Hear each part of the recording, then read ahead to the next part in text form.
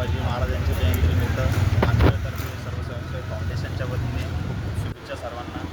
स्वयंसेवक फाउंडेशनच्या वतीने आज या ठिकाणी रक्तदानाचं आयोजन केलेलं आहे आणि सर्वप्रथम एकदम उत्तम प्रकारे या ठिकाणी प्रतिसाद मिळालेला आहे सर्व जनतेचा आणि असेच यापुढे उपक्रम स्वयंसेवक फाउंडेशन करत राहील अशी आशा करतो आणि असं तुम्हाला या ठिकाणी सांगतो. आतापर्यंत काय काय कार्यक्रम घेतले तुम्ही?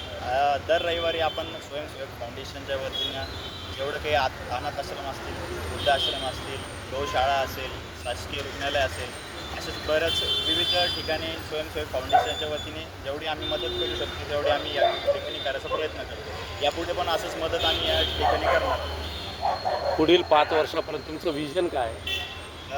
छत्रपती संभाजीनगरमध्ये जेवढे तेवढे गरीब वस्ती असतील तिथं आमचं पोहोचण्याचं ध्येय आहे आणि तिथं त्यांना गरजेनुसार त्यांना जे काही लागेल ते स्वयंसेवक फाउंडेशन यापुढे पुरवणार असे मी तुम्हाला सांगतो या ठिकाणी. अजून कोणी बोलणार?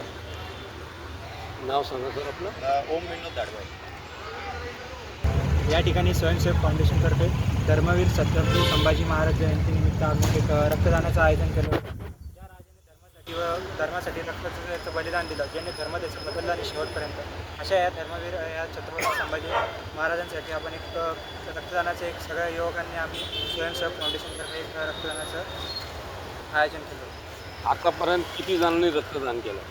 आतापर्यंत जवळजवळ 10 लोकांपर्यंत लोकांनी रक्तदान दिलेलं आहे. आमचं जवळजवळ टार्गेट आजच्या दिवसभरात 50 लोकांचं आहे. ठीक, नाव सांगा आपलं. माझं नाव सिद्धेश राजेंद्र शिंदे, उपाध्यक्ष स्वयंसेवक फाउंडेशन.